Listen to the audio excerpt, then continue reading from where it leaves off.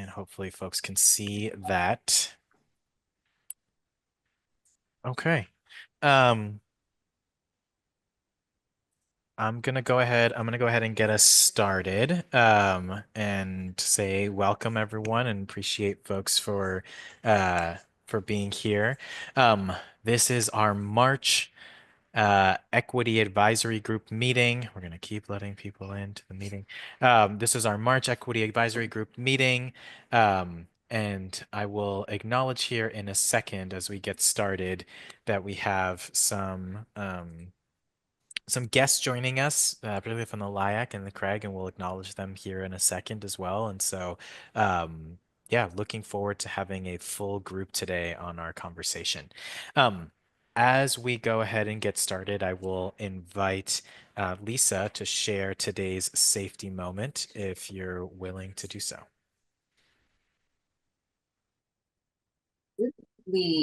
So not as graphic detailed as our previous months, but again, this is a real-time safety moment that was seen on PSC campus.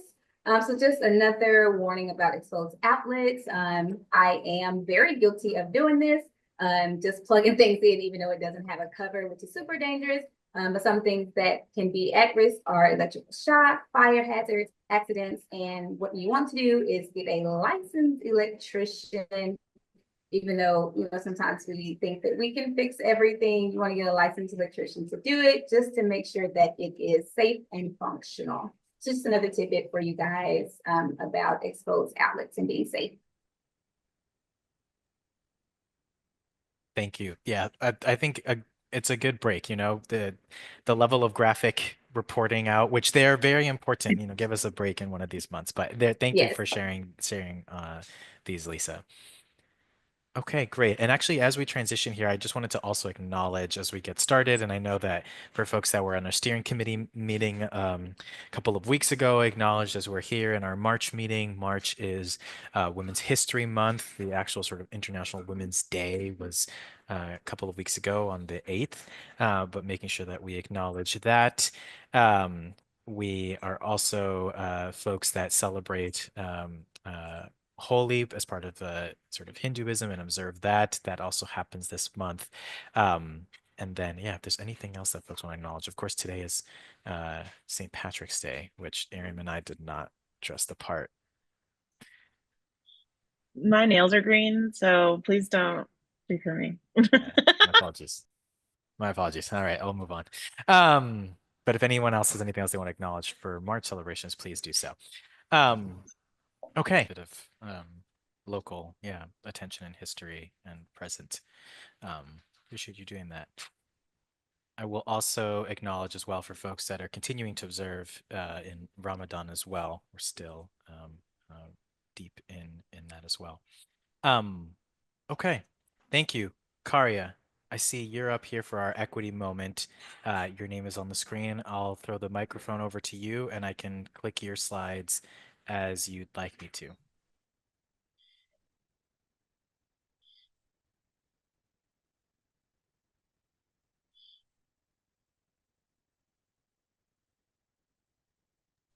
Aria. Yeah, and I appreciate you breaking it down in that way. I was taking those notes around just the actual access and what it means, but then all the things that sort of domino from that as well. I'll take a pause here. Anybody with any reactions to Karia's piece? Any questions?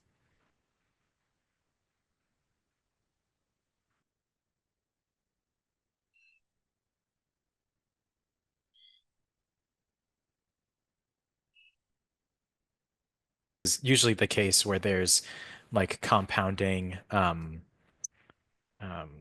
sort of variables, the things that limit people's ability to have that broadband internet access are likely some of the same things that limit people's ability to have access to energy and probably some other types of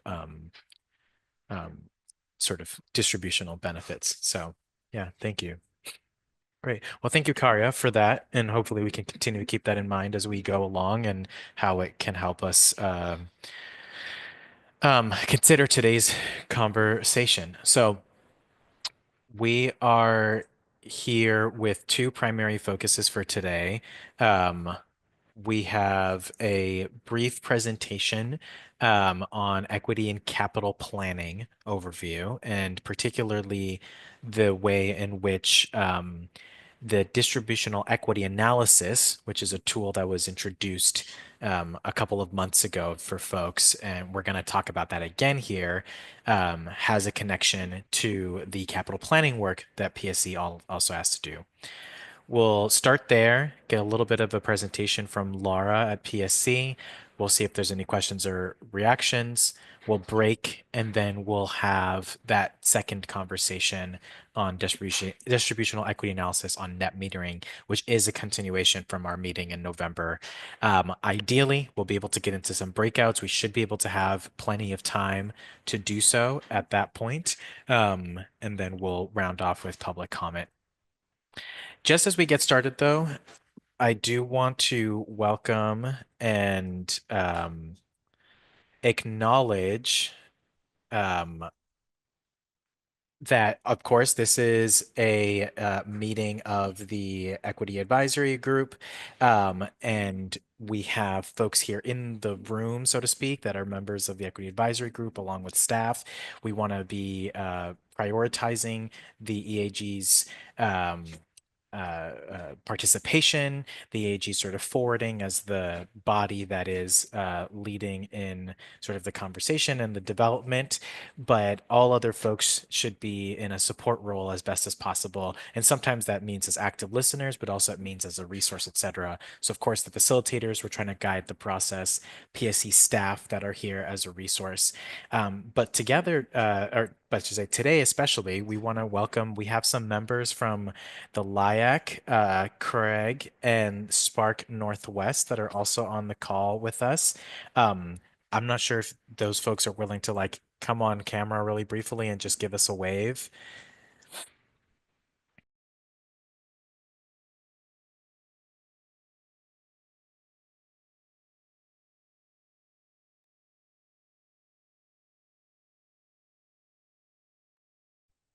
Nice. Charlie, I like the little wave feature. That's nice. Cool, John. Awesome. Well, hopefully, on behalf of the EAG, we sort of welcome you to today's conversation. We know that there's some overlaps and relevance for the topics that we're having today. And again, we'll likely get into discussions. Again, we want to forward the EAG, but we definitely don't want to minimize folks that are our guests today that are joining as well, and maybe many of you for the first time. So welcome, and I'm glad to have you here. And then finally, as we mentioned, we've got folks that are able to view the live stream through YouTube. If people are wanting to participate in public comment at the end of this meeting, we'll reserve the last 10 minutes of the meeting to do so from starting at 6:50. We'll allow 5 folks to have up to 2 minutes each to speak. We'll provide some instructions partway in the meeting during the break, and at that point in time in the meeting to communicate how you can join the conversation. Okay. So with that, I will hand the microphone over to Laura. Laura, I will toggle your slides, but if you want to introduce yourself and tee folks up for what you've got. Awesome, thank you. Good evening, everybody. My name is Laura Ringnes, and I'm the manager of PSC's Financial Planning and Analysis Systems team. I work with PSC's capital planning team and support the tool and the processes used to identify investment opportunities for our enterprise capital portfolio. I'm honored to be here tonight with such a great group and share an overview of energy equity in PSC's capital planning efforts. Thanks for taking care of those slides, Ishmael. So my goals tonight are to both inform and consult. I'll give some context for energy equity in capital planning via PSC's general rate case, the requirements that came out of that, and our progress towards compliance, an overview of our processes, terms, and tools, and project categories that we're currently considering for that distributional equity analysis or DEA effort that Ishmael mentioned. While I'm doing that, I'd like you to consider and respond to our approach to outcomes and benefits while building that capital portfolio. We build that portfolio via individual business spending requests called corporate spending authorizations, or CSAs. So you'll see that throughout the presentation. What do we need to demonstrate?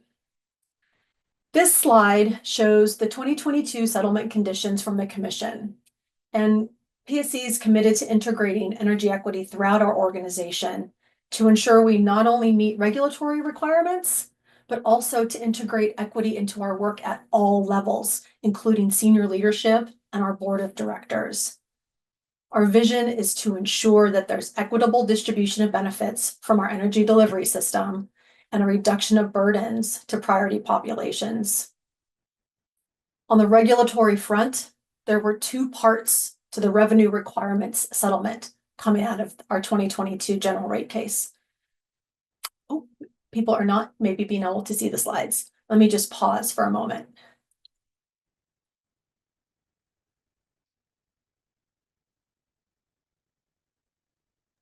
Am I the only one having this issue? I can see it on the attachment that was sent by Lisa, so I'm just looking at those, but I'm not seeing it on Zoom. This is weird. Okay. Let me try again. Hang on 1 second. Thank you. It sounds like I might be the only one having. Oh, yep, I see it now. Thank you. Seen that? Okay, great. Perfect. Okay, so there were two parts that came out of the settlement.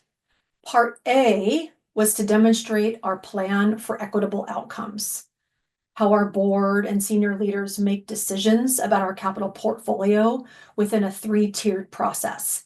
And I'll review that in a subsequent slide. How we use our portfolio management tool, or EPPM, to support this planning.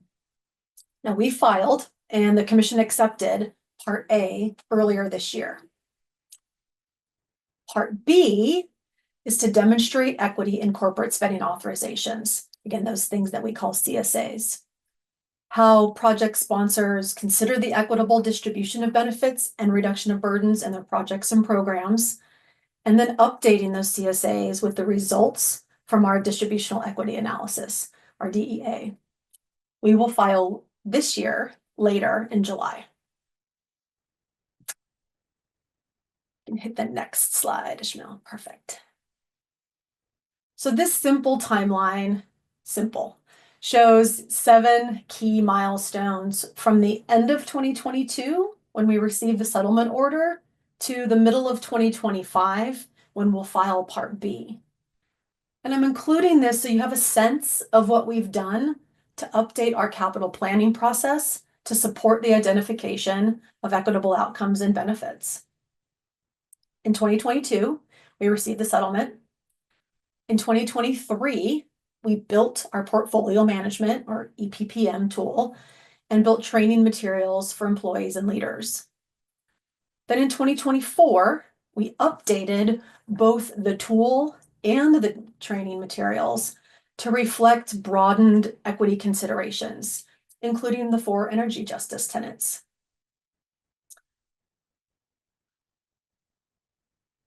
In 2025, as I previously mentioned, we filed Part A in late January to demonstrate how we plan for equitable outcomes. And in early February, the Commission accepted our filing. It was a really fast acceptance, so we were pretty excited about that. Coming back to this timeline, from March through June, we'll perform the DEA. And then in July, we'll file Part B. And remember, Part B is to demonstrate how we use CSAs to consider the equitable distribution of benefits and the reduction of burdens, including the results from that distributional equity analysis.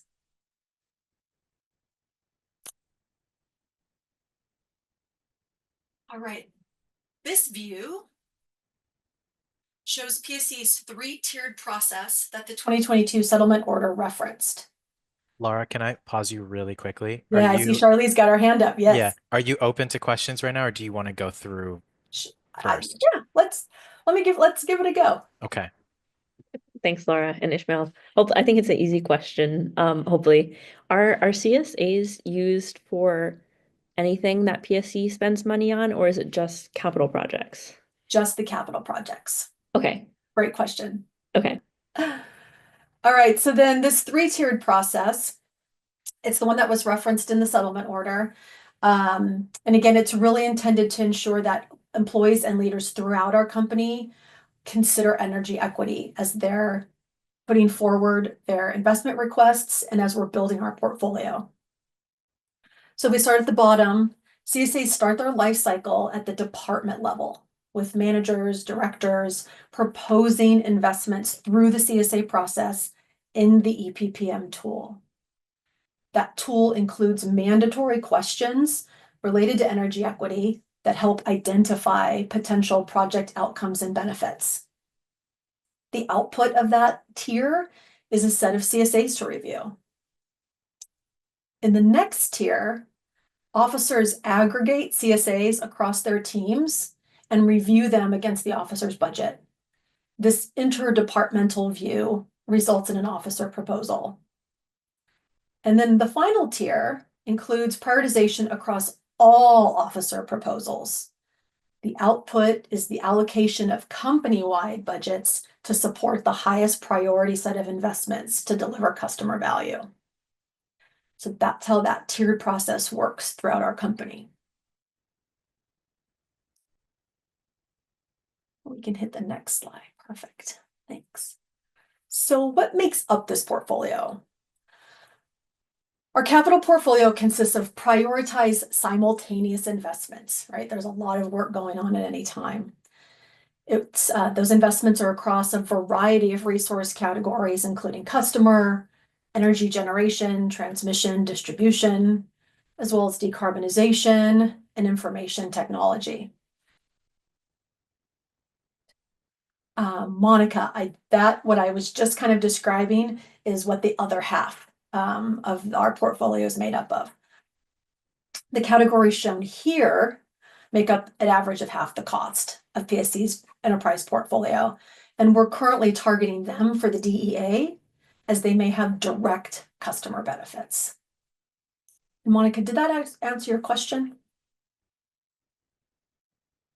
Kind of. I guess is there like an example or you could point to? An example of The other types of projects, the other half. Yeah. So when we think about, so let's see, think about being a little bit more specific. So when we talk about generation plants or transmission lines, the distribution of energy, IT projects where we're updating software systems, for example. Perfect. I saw your thumbs up. Excellent. Thank you. And yes, Ishmael, you caught it. The screen went blank. Perfect. All right. So yeah, so what we're seeing here, we're targeting these project categories for the DEA because they may have a direct customer impact, a direct customer benefit. Looks like C has a question. Great. No, it's a great question. It's between the commission and PSE. So we settled with the commission on our rate case, and as a condition of settling, there are often orders that the commission lays out. And in this case, as related to energy equity, those two areas, those planning for equitable outcomes, and then our CSAs were part of some conditions that we needed to meet as a condition of that settlement in 2022. So it's between us and the commission. Okay, thanks for clarifying. You got it. Yeah. Thanks for asking. All right. So yeah, so there's a few categories here. So remember, so we've identified these categories. Oh, perfect. Thank you, Charlie. A few categories that we're identifying for the DEA because they may have a direct customer benefit. For the customer and transformation and energy operations categories, we plan to run a DEA based on the percent of spend for grid conditions, which include things like reliability and capacity investments, and grid modernization, which includes improvements across the grid. Hold tight real quick, Dennis. Let's see, is there a restorative component in the EPPM process? Can I hold on that just for a moment? And then Yeah, Laura, why don't you wrap this slide yeah, piece and then see if it folds back, and then I know that you're going to like a general Q&A, so these are all welcome questions.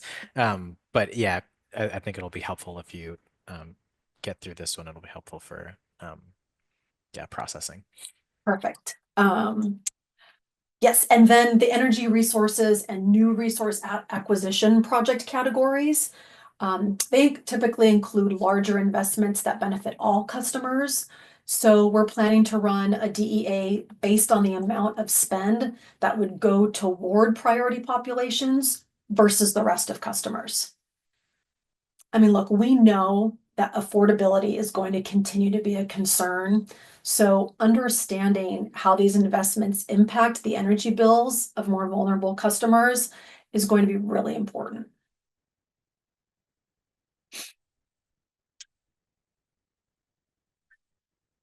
All right, so how are we incorporating equity into capital planning?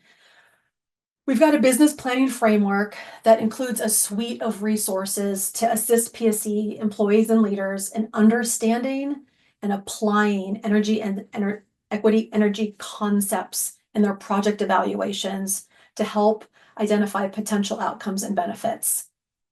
We have internal websites that are dynamic and accessible by all employees and include the latest information or practices. So they change and are updated as we learn more. Our energy equity team site includes, among other things, an overview of the dedicated energy equity team and how it supports PSE employees. It includes details on how PSE is integrating energy equity using the 4 energy justice tenets and our engagement approach using the IAP2 spectrum. It also includes links to other resources, data, tools.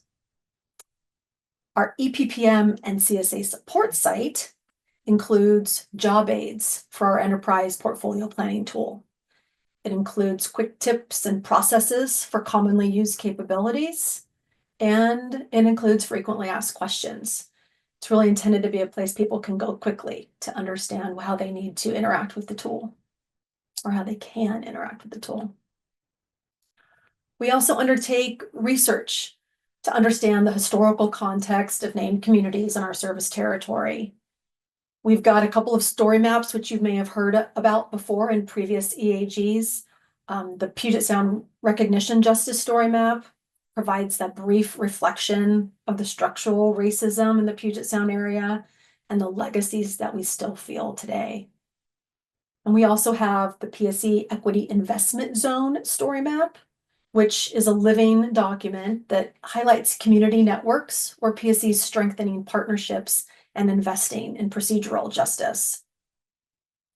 These story maps are available for employees and leaders to consume on demand, and they provide a broad understanding of historical biases and the types of work PSE is doing to advance energy equity in these communities. They can also help teams assess the anticipated outcomes and benefits in their CSAs by showing how other PSE efforts have successfully supported underserved communities with clean energy investments. We also perform data analysis to gather deepest need information by circuit, address, grid number, or meter, and publish that information via named communities reporting dashboards. Good question. We'll hit that. We're going to hit these questions and when we go to the Q&A, if that works for everyone. Perfect. So the dashboards contain current vulnerable populations and highly impacted communities information across our electric and gas service area. The dashboard is available for employees and leaders to consume on demand and is And they can use it as part of assessing and measuring the anticipated distribution of outcomes and benefits for their CSAs. We also have training. We have training to all employees and leaders to increase their working knowledge of energy equity, using both job aids and an online energy equity course. We've been able to enhance the ability for employees and leaders to evaluate their projects with an energy equity lens and articulate those outcomes and benefits while simultaneously building and reinforcing their energy equity knowledge using detailed scenarios. They interact with these scenarios as they're working through the training to understand what parts of energy equity are impacted. As part of the EPPM tool implementation, this training was mandatory, and it helped employees and leaders better understand how to assess energy equity impacts. The training remains available for employees and leaders to consume on demand during each annual capital planning cycle. So I've mentioned the EPPM tool, but I haven't really told you what it is. It's a centralized software system that we can access via an internal URL. And it enables employees and leaders to submit, evaluate, and prioritize those capital investment requests, those CSAs. It's intended to drive transparency and consistency as teams assess the energy equity impacts of their projects and anticipated outcomes and benefits. In the appendix, I've included a view of the mandatory energy equity questions that employees and leaders must answer to submit a CSA for anyone who's interested in checking those out. We also define named communities to educate PSC employees and leaders with a consistent understanding of this group. It's intended to build trust and support customer engagement as well. The EPPM tool includes a link to this definition for easy access to the information while filling out those CSAs to better understand potentially impacted customers. And finally, we have the named communities map that includes data on named communities and deepest need customers that we review and refresh annually based on changes in customer demographics. Things such as customers experiencing energy burden, customers in arrearage, and areas with high heat hazard or risk. The EPPM tool also includes a link to this map where so that the information is at people's fingertips and helps them ensure that they've got what they need to be able to make educated assessments of energy equity for their projects year over year. That's pretty much the end of what I've got. And I know that we've had several questions come in, so we'll hit those. Really to just wrap up, PSC is truly committed to our vision of equitable distribution of benefits and the reduction of burdens to priority populations. The integration of equity through analysis and a variety of resources into the capital planning process really is helping us move forward together with consistency to achieve that vision. I really appreciate the opportunity to be here tonight and show how we've integrated energy equity considerations into our capital planning process. And I know we've got some questions to answer, and then I think we'll probably be taking a break. Yeah. Well, let's get to those questions. Thanks, Laura. I'm actually going to just acknowledge one thing as we go, and then Ariam will help us monitor and go through the questions in the chat. But just to say for folks, for some context here as well, and I can go back to any slide that anyone wants me to reference. There's the relationship again, so just keep this in mind. This part of the corporate spending authorizations is in an earlier step in the distributional equity analysis, the DEA. We'll talk after the break and a little bit further down. Laura referenced priority populations. We're going to be talking priority populations a little bit later as it relates to a different process. And that work, unrelated to CSA specifically, Michael, who will speak with us, really falls in this research bucket. So you'll hear a little bit about how he is using mapping, or how PSC is using mapping as a way to help better incorporate equity into capital planning. So just a continuity piece that will happen there between this piece and later in the meeting. But I will tee over to Ariam to take us through some of the questions. Yeah. So our first question is from Dennis about if the EPPM process has a discrete kind of restorative justice side of things. And Dennis, did you want to elaborate on that, or as far as what you meant necessarily by restorative? Because I'm framing it as restorative justice. Is there something you meant different? Yeah, Dennis, it's a good question. In the tool currently, we do not have a question on restorative justice. Sorry, I feel like that just landed kind of flat. We definitely recognize that we are on a maturity journey here. And I don't mean that in any way to sound like there never will be, just wanting to acknowledge what you already identified when you looked at those questions, that, yeah, right now we don't have any questions related to restorative justice. Thanks for that clarification. C, and then Marco and Monica, I'll go through your comments, but C, please, you were next. It really is at this point based on those questions. See, it's a really good question. You know, the broader use of, or the mechanism that those CSAs serve, it's a business justification, right? It's identifying what the problem or the challenge is and how we might go about solutioning it. But all the while making sure that we're thinking about the equity side of things. A good question. We definitely are, like I said earlier, you know, we are definitely on a maturity journey, you know, where we started in 2023, we are a little farther along than we were then. And we've been having some discussions around when the project is done, how do we, or even as it's going, how do we check back in, like check and adjust, right? Are we getting those outcomes that we had identified? Are we beginning to see those benefits, or has anything shifted? And it's definitely a work in progress to go back again and look to see, like, did we get what we anticipated? You know, at the very beginning of a project, we're starting out and things may change over the course of executing and delivering that project. And so it really is important for us to identify a way to circle back, like I said, and really check in and see, did we get what we thought we were going to get? And we're not done there yet. I don't know if anybody else has anything else that they'd like to offer, but while the CSA process is definitely a place where we examine equity, yeah, that's the place that I'm closest to it, just to be totally honest.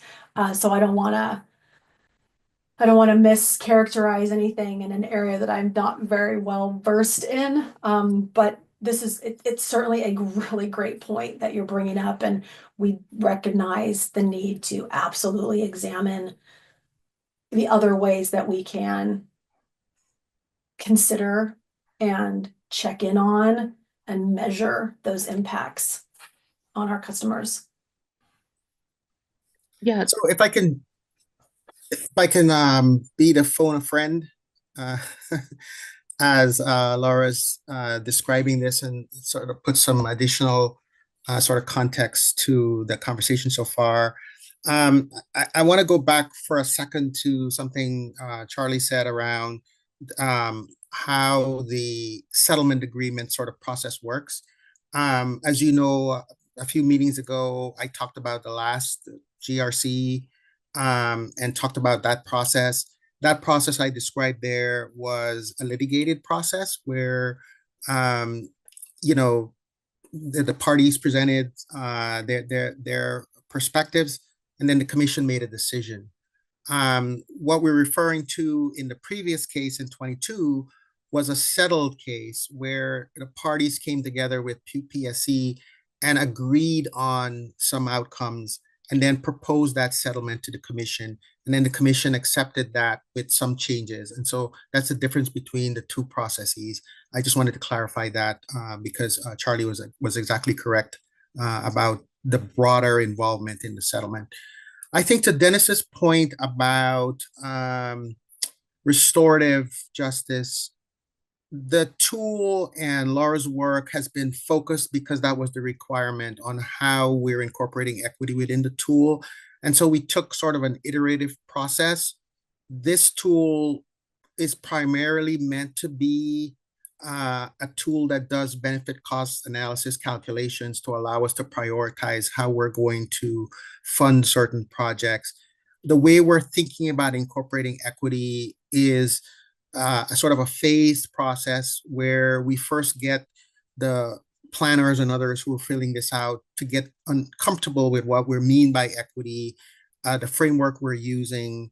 They're exposed to all four elements of that, even though we were just embedding in the tool the three, not the fourth one, but they're exposed to all of that with the idea that when they're understanding recognition and the systemic challenges that they're seeing in the community and the historical perspective and all of that, that the restorative part comes when we make changes through these projects that will create permanent changes in how the community experiences us, maybe from a reliability perspective, right? If they've had poor reliability or something like that.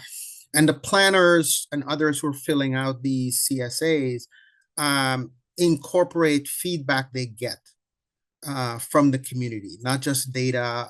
So if a community is experiencing high levels of outages, for instance, there's lots of interaction and engagement that happens around that under procedural justice that provides some of that information and some of that perspective. So yes, it's a constant process of maturity, but you know, Laura's capturing a part of that as it relates to the tool because that's how the requirement was written. Awesome.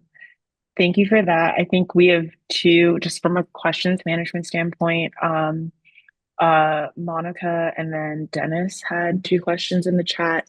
Megan, I think we got you the definition in the chat, but Monica in particular was asking about tools currently available within PSC and data on the growth and increase of projects that prioritize NEM communities. I didn't totally get that. Monica, do you mind, or if you're able to kind of verbalize your question, and it's definitely in the works. The tool has been in existence since 2023. So we've had 1 year, 2 years to use it to put in the requests for spending. And we're working with our energy equity, our dedicated team of energy equity folks, you know, Yvonne and Michael, and to work through that. Really what is, I think what you're pointing to is like that closed loop process, right? How do we come back and look to see, like you said, like here's what was planned, here's what we anticipated, and then where did we really end up? And we're working on that currently. Thanks for that question. I think it's really important because that's how we check to see how effective we're being. Awesome. And then, so Dennis's question was specifically about how much weight equity account for in establishing CSAs. And then if we had time, C was asking a follow-up question. I did want to note, Ishmael, we are supposed to break at 50, and I think we were saying maybe 55, but I will leave it up to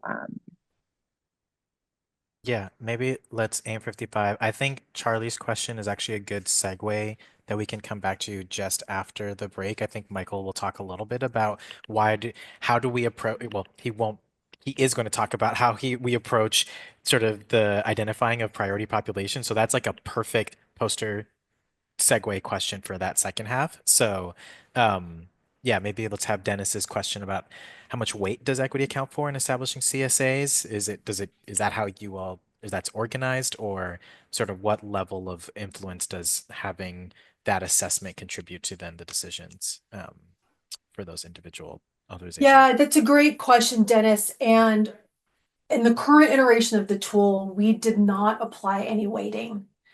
We didn't yet have a way that we felt that would they have a path forward for what the weight would be or should be. And so right now, there is not an extra weight assigned to those projects. Whether they are anticipated to have a positive impact on equity or not. But we definitely have discussed that, and it's in our conversations about what is the right approach, what would the right weighting be, and then how would we then and then incorporating that, not how would we, and then incorporating that into the overall prioritization.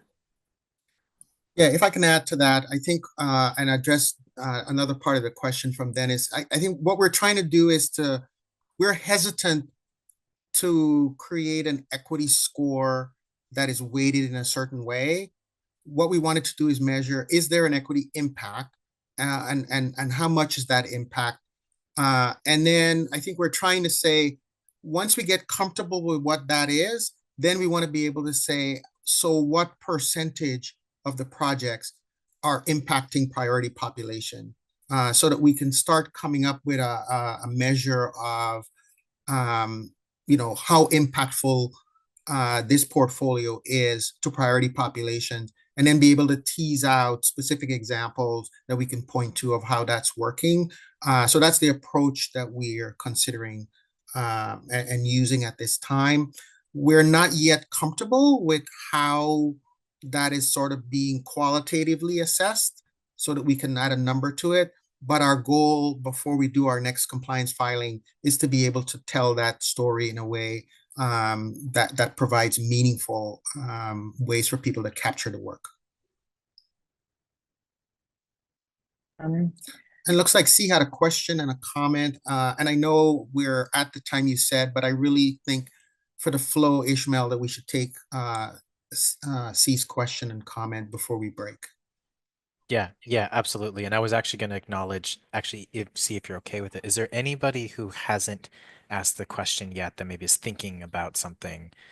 Sorry to butt in there, C, but I just want to make sure in case anyone has something.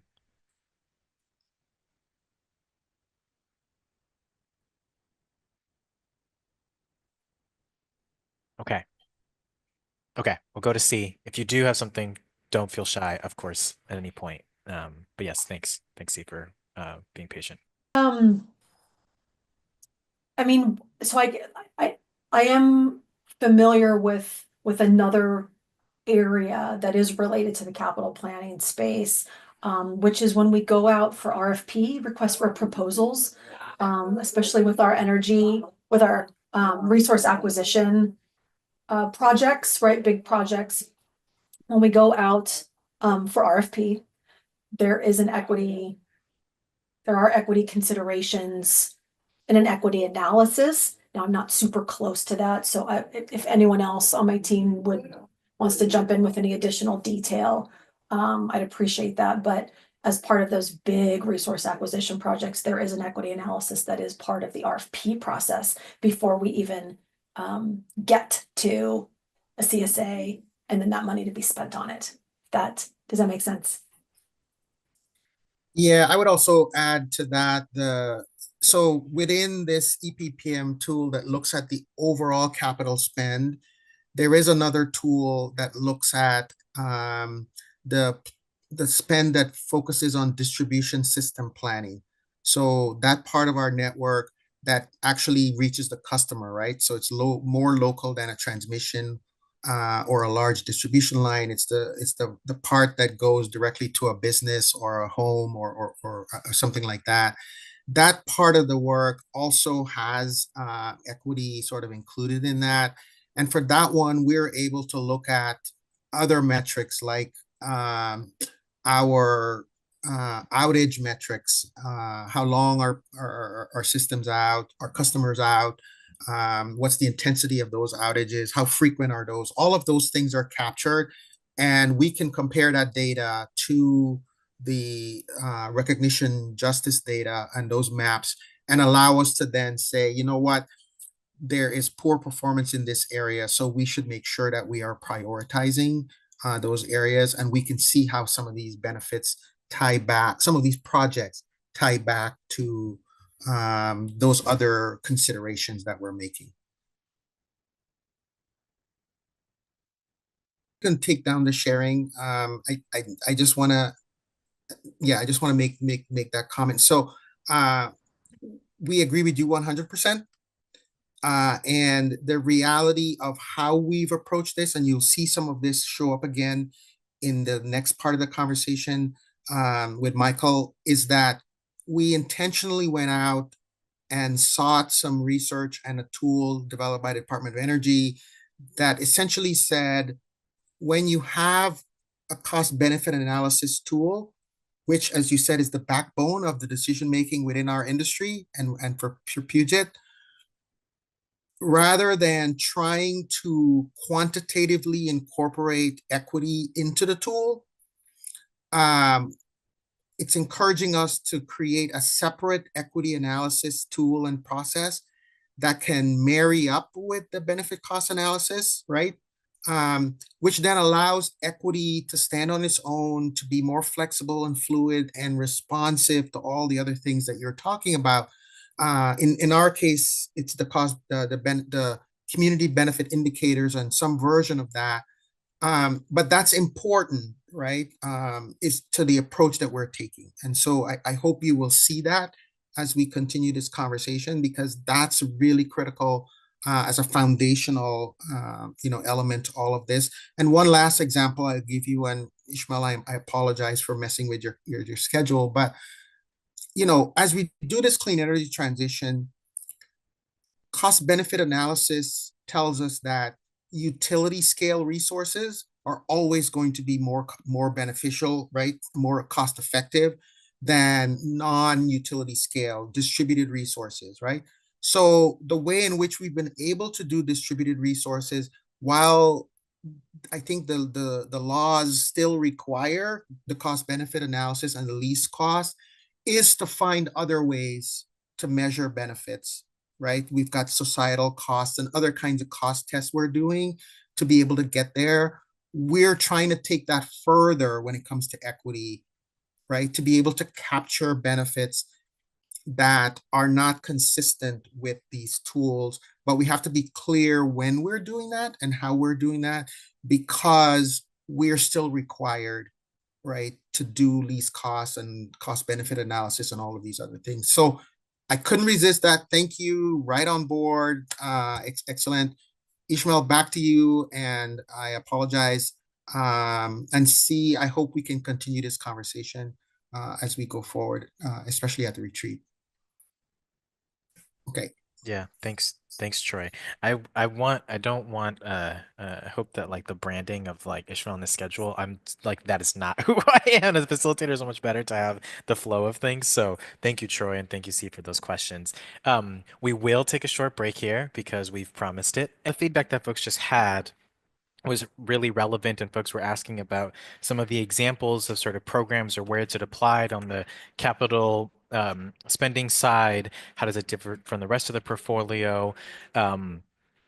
Folks were asking the question about, Charlie, your question is a perfect tee up for Michael here in a bit around identifying priority populations. So using the net energy metering program and that conversation, we'll be able to be a little bit more in depth from an example standpoint. Of course, we're accepting the requirement from the rate case and the commission around the distributional equity analysis. And so I'm sure folks that continue to have maybe some questions about that or its like validity or strength, those are all fair. And also we want to understand how to best apply and use that tool. So Michael, go ahead. I'll pass the mic to you, toggle your slides, and yeah, let's go. All right. Thank you, Ishmael.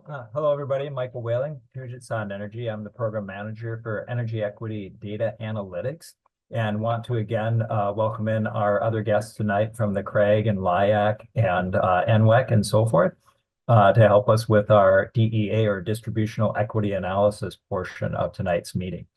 I think we can go ahead and move on to the next slide. So I'm going to try to move as quickly as I can, but we'll take your questions if needed, so we can get to the breakout rooms and have more discussion, have plenty of time for you all to talk about these ideas. But my goals tonight are to inform you and refresh the context that when we met last November and began talking about the distributional equity analysis for the net energy metering program and establish that context.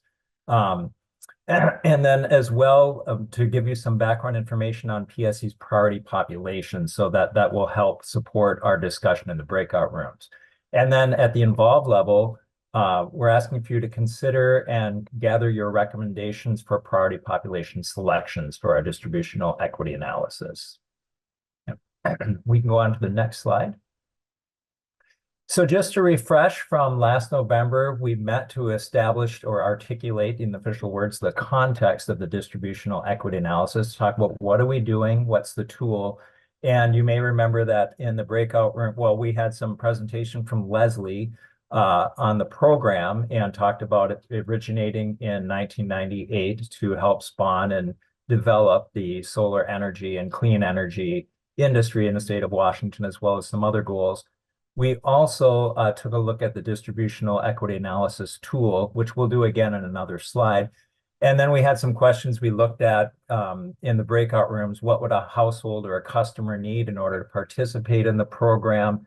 And what kinds of equity questions does that raise for you? All right. And just again, to refresh the program, at a very basic level, net energy metering is a program, again, that started in 1998 that enabled or empowered customers to be able to install clean energy systems at their location, typically a single family home, typically with solar panels on top of it, and install equipment that would take that energy, and whatever energy that customer was not using could then be pushed out to the electrical grid to be credited with energy credits and compensation for that to increase the amount of clean energy. And so just to refresh on there, that there were some guidelines and rules. I'm not going to spend a lot of time on that, but some limitations you can see on the size of the systems and how that was to be done in terms of the original 1998 guidance. We can go on to the next slide. All right. So the distributional equity analysis tool, there's a lot of questions that came up earlier about this. So just to refresh again, we've done this a couple times in the last several EAG meetings over the last, I'd say, 8 or 9 months. So hopefully the tool is familiar now to folks from the EAG. But looking at the right side of the slide, you can see that we've got that big kind of aqua rectangle right there with the white line going through the middle, both vertically and horizontally. So when we think about the benefit cost analysis, we're trying to assess if we buy this resource or this product or this program, is it cost effective in the sense that it will deliver the benefits required for the cost we're going to put out for it? And so if it is too expensive, then it would fall below that horizontal line and we wouldn't purchase it because it was too expensive and didn't deliver the benefits required. And of course, if it is affordable and efficient, then we would choose to purchase it. Along with that, there's the vertical white line, and what the distributional equity analysis adds is the question, is this resource advancing equity in the way that it's being deployed? And so in order to assess that or evaluate it, we select what's called a priority population to examine and look at what is the effect of selecting that resource for that group of people versus the rest of the customers for the company.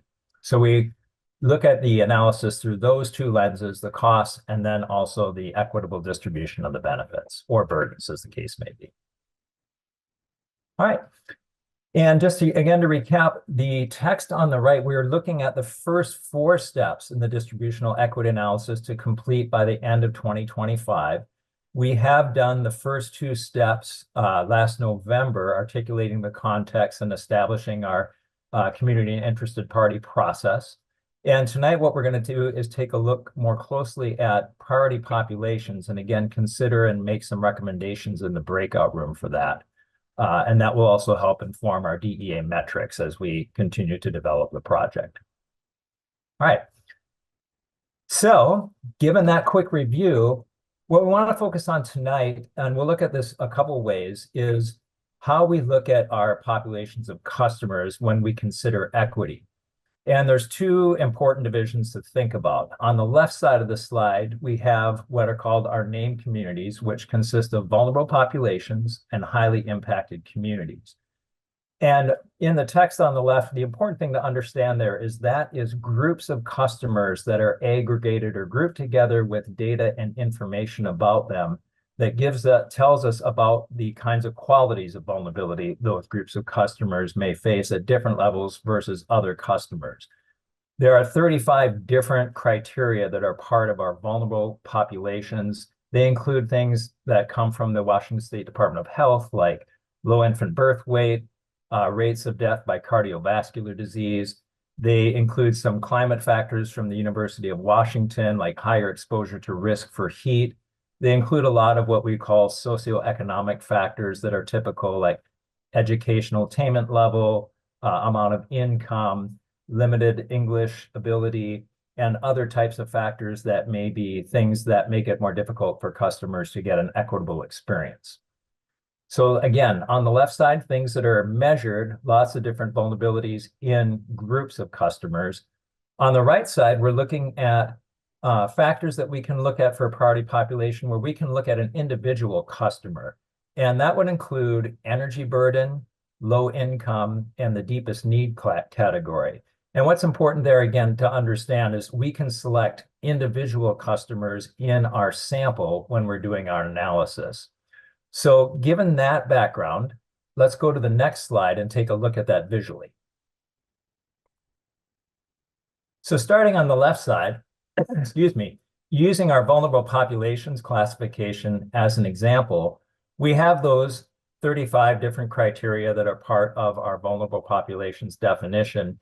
And where there are lower levels of those factors, we have the lowest level, which we call low, the medium level in between, and then the highest level. So where it says high vulnerable population, that means those factors are more prominent in that group of customers there than they are in the low or the medium group. And you can see that we have a shape or sometimes a census block group or a census tract that contains that information, but we don't know which individual customers in that shape have that specific condition. It just tells us there's a higher level of this in this area. On the right side, what we're looking at in those dots are individual customer locations. And I have a simple legend there to show where you see a black dot that would represent a customer who has a higher income level, and an orange dot would be a customer with a lower income level. The purple dots represent customers that have a net energy metering system installed. And so what I want to draw your attention to here and the advantages of looking at the individual customer level is that if you look at the diagonal line in the middle shape that's running across the shape there, you can start to see a pattern where there are black dots that kind of follow that diagonal line, and the purple dots are amongst those black dots right there. And we might find if we use a measure of energy burden or income that those customers all belong to a similar group. Whereas if we were using the shapes on the left, we would identify, well, there are two net metering systems in a low vulnerable population, and there's one net energy metering system in a high vulnerable population. But we wouldn't necessarily know the condition of that individual customer that has that net energy metering system. And so those are some things I would like you to keep in mind or be aware of as we go into our breakout rooms to discuss how we're going to go about selecting priority populations for the distributional equity analysis. And having gone through that, Ishmael, I think our next slide is to breakout rooms, but if there's any further questions or clarification, I'm happy to help out with that. Yeah, I'm actually gonna just acknowledge here. Oh, can folks hear me okay? I was hearing some raspiness. Okay. So thank you, Michael, for that brisk sort of tee up here. The plan that we were going to have, so I'm just kind of calling a little bit of an audible here. We have breakout rooms prepared, which actually we're going to, which we were initially going to split the conversation to continue on the corporate spending authorizations in one group and another one in the for the net energy metering conversation, folks would be sorted randomly into those two spaces. But I just wanted to check because we did spend some time, a little bit more time on that first piece than we had intended. Are folks comfortable with that sort of random sorting that you may find yourself in a conversation about net energy metering or corporate spending authorizations? Or are folks like, I want to stay here and keep talking about this? Or would you like to self-select into a room as a third option? John's hand is up. Yeah, that sounds like an awesome third option. I want to make sure I'm in the net metering one. Is there anyone that is comfortable, agnostic or preferential to continue the conversation on the corporate spending authorization? At will.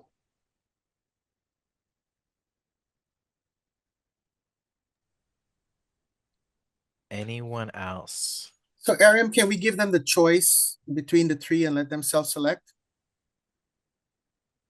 So if you can use, I'm assuming Ariam. Well, between the into two, sorry. chat. Yeah.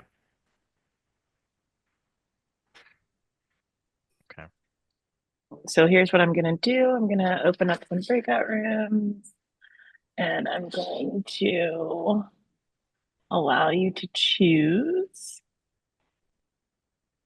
Just setting this up.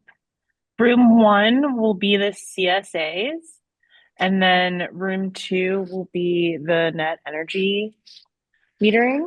And then I'm going to allow you to choose your rooms, and all rooms are open.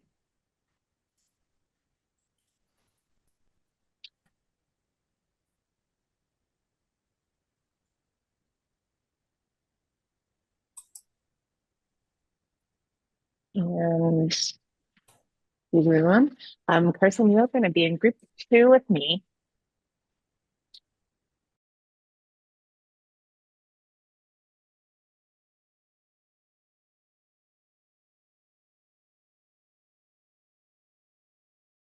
In the meantime, while I'm pulling that up, I thought if Michael and Laura would just, in a couple of 30 seconds or so, just share reflection back out for everyone to hear about our group's discussion or the respective group discussion, mostly what you're taking away from the conversation, and I'll try and get this back up on the screen. As fits all, for anything, of course. As we were coming out of our other breakout room, one of the last things that I was talking about was just the tool, right? The tool is a mechanism, it's an enabler, but it's not the end all be all. It does not replace conversations or anything like that. And does not replace conversations and things like that. I also am coming away with just the broad ways in which people are impacted by energy equity and the different ways. Well, just let's be very clear here, but that those nuanced situations, there are so many specific situations for folks that just make really trying to nail this just challenging, right? A good challenge. And so we try to come up with solutions that can try to impact the most amount of people, but it's really, I'm humbled, I'm feeling pretty grateful, but humbled by just all of everything that's out there. And the final bit is really coming back to that closed loop, really doing work in our maturity to get to a place where we can reflect back on what we thought was going to happen and the types of impacts and outcomes and benefits that we would have and what really did happen. And then taking that information to adjust and just continue to get better at what we're able to provide and how we're able to talk about what's out there for folks. Thank you, Michael. Thank you, Laura. I was looking towards Michael's name. Thank you, Laura. And I'll just acknowledge for the folks, if anyone will be able to watch and see if anyone's trying to join the meeting, and that's how we will know if folks are here for public comment. We do not see anyone yet in the waiting room for that.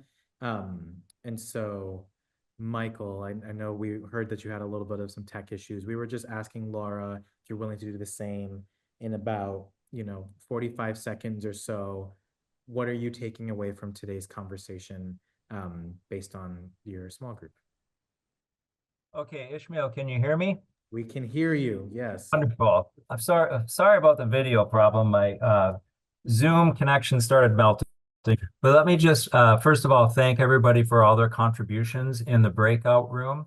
What I'm taking away from all the comments and contributions is that people do prefer to use the customer level or household level scale so that we can see any nuance with gentrification that might be happening and that sort of thing, and have more precise results to bring forward from our analysis.